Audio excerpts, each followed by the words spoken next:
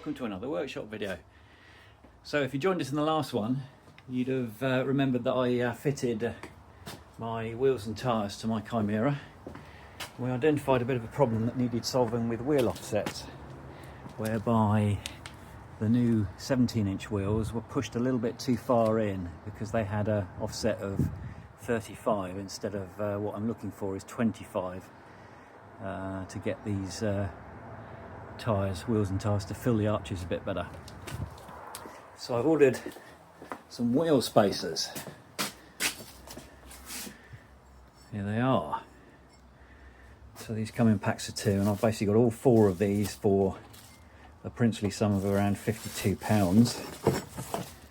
And these are Hubcentric, which means that the lip that's normally on the hub is replicated on the spacer itself, so all the weight of the wheel actually ends up on this spacer rather than hanging off the nuts, which is not the way you want to do it. So when fitting these, you really want hub-centric, because that replicates the hub, or the weight distribution of the hub, in a better way than if you were basically putting a wheel straight onto your flat face, which wouldn't offer any support for the alloy.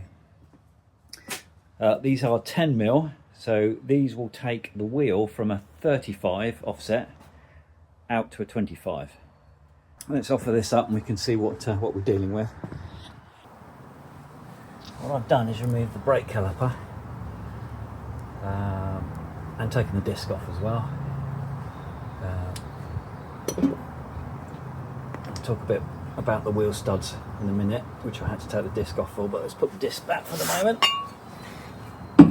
because I need that to show you how the spacers work. Okay, so there we go. The disc is fitted, and then basically what happens is that spacer then fits over there like that. So that gives us the offset that we're looking for, the 10mm increased offset. And the wheel then basically fits onto that with our spigot ring, which does the conversion from the 63.4 Ford fit to the 65.1 fit of the wheels, and that's the complete setup. But there is a big problem. The problem is, when you put a spacer on, what happens is you lose the available thread on your wheel nuts, your studs, sorry. And you can see here, if I try and screw that on with a wheel, I'm going to quickly run out of threads. And that isn't enough thread to safely hold the wheel on. So what we have to do is we have to go and replace the wheel studs for longer ones. And that sounds horrendous, and it sounded horrendous to me until I did some research and found out how other people have done it. That's why I've taken the disc off, basically, so I can access the hub. And what I've done is I've taken the old stud out, which is actually really simple. What you have to do is just wind on an old nut like this.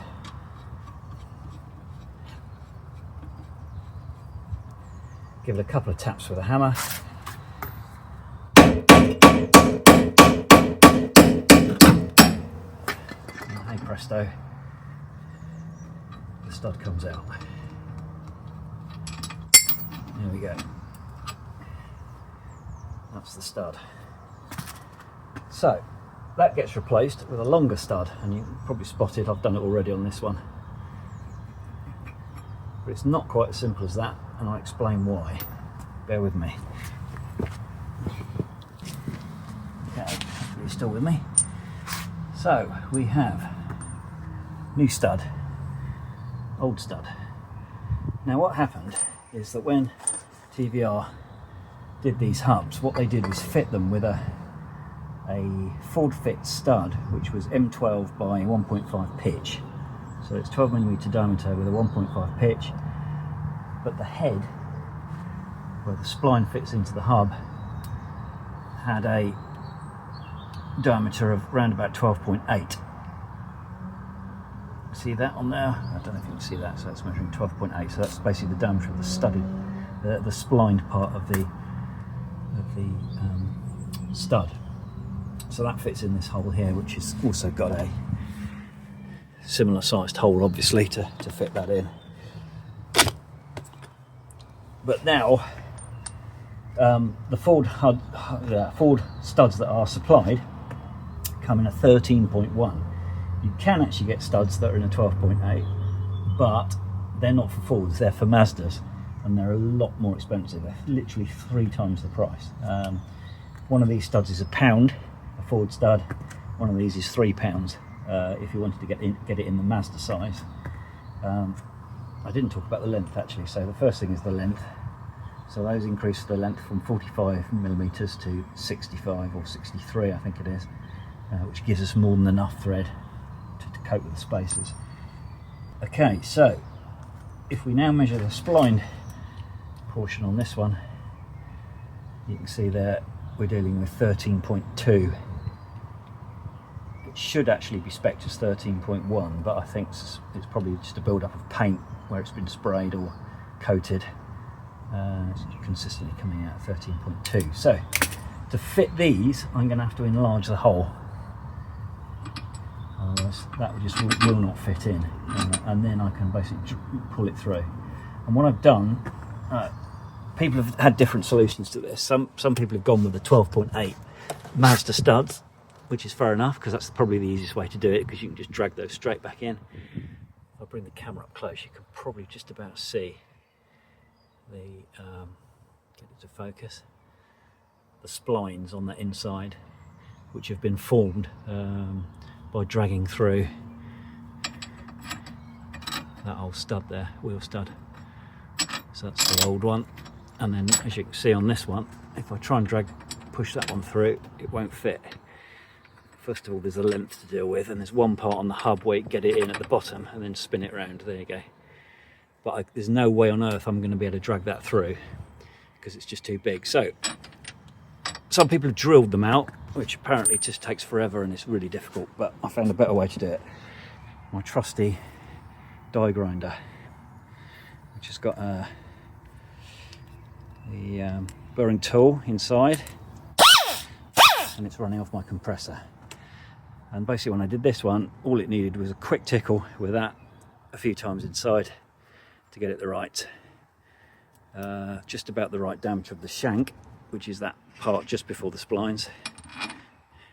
Get that to go through, and once that goes through, it will then, you've got a chance for them pulling it through, and I'll show how I do that in a minute. But let's get that dressed up first.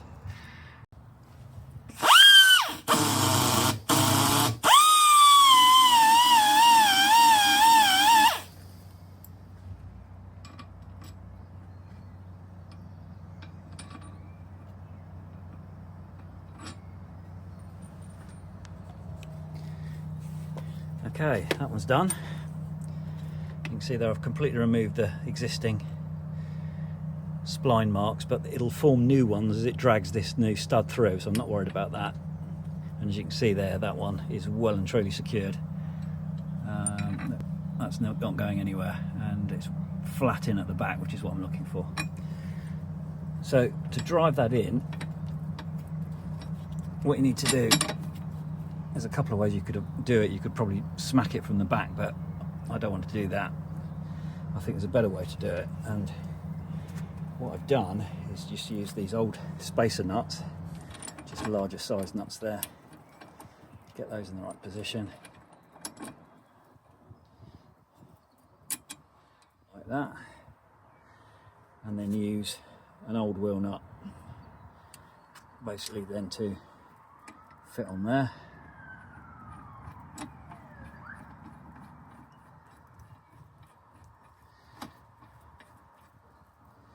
Okay, and then with my impact gun,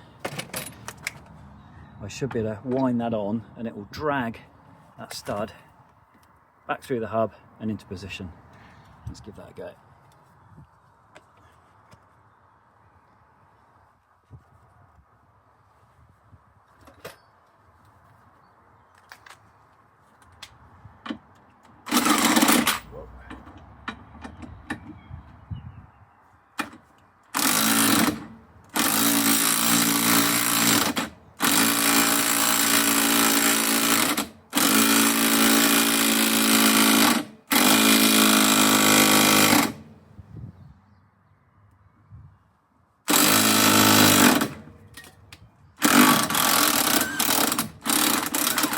stud wound it there.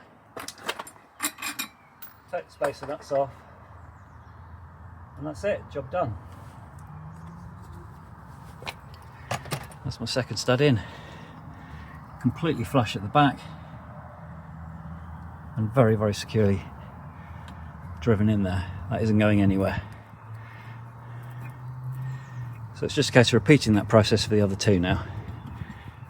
And we've got nice longer studs to fit our disc and spacer to. Let's get that done. Okay, so 4 studs done. So that's that hub finished.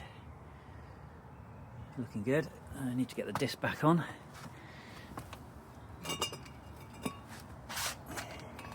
Just make sure there's no debris lurking inside there, which would make the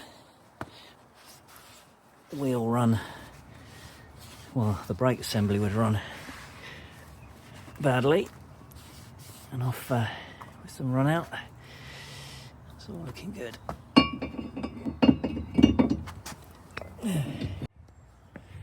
And there we have it, done.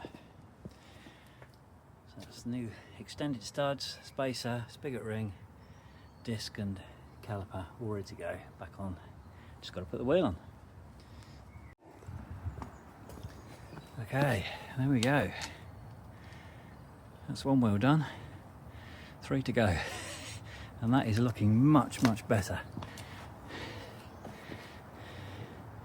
Check that out in the archway, in the arch. That's looking way better position. Really happy with that. That's perfect.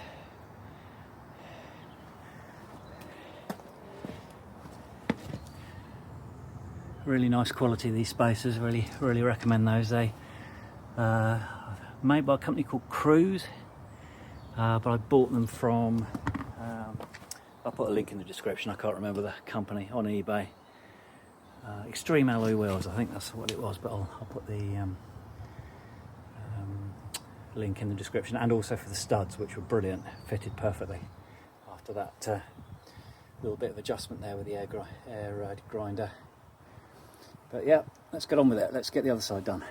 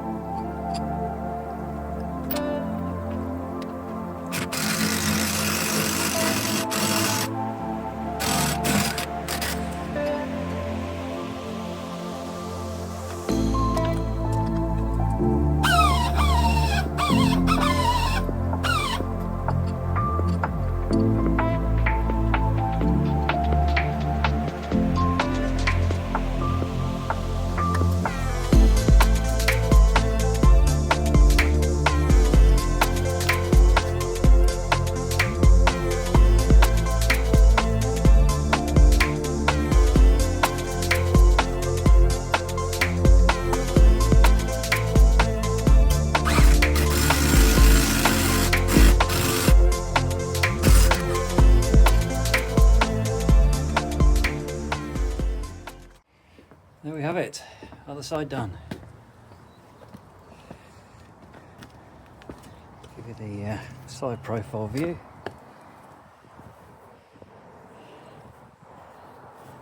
Haven't done the back yet. I've run out of time now, so I'm going to leave that for another day, but I just wanted to get the fronts done before the MOT, because I was a bit worried about the inboard side of that wheel rubbing on the rack, which might have caused issues, but I'm absolutely thrilled with how that's come out. It's back in its proper position again. You can see there, filling the arch, but still plenty of room for drop on the suspension, big suspension moment. And it's really showing off the wheels the way they should be. So there you go. A few other jobs to do. MOT next week, so hopefully I'll try and film a little bit of that getting to the MOT centre. And centre caps, but that's again, I won't bother with that for the MOT, that's not important. I've got a plan for those, but we'll get those sorted, and I might buy some brand new wheel nuts as well, because those are way past their best, and don't really want to be using those old wheel nuts on the on those new studs, so I think I might get some new ones of those. But there you go, guys, I've just got the backs to do then, and that should be it for the wheel spacers and new studs. Backs look exactly the same, just got to get that rear caliper off, basically get the disc off, and then just follow the same procedure, knock out the studs, enlarge the hole for the 13.1 studs, and pull them in with the ratchet gun, and hopefully should be as easy as that, but famous last words. Anyway, I hope that's been useful, and see you on the next one.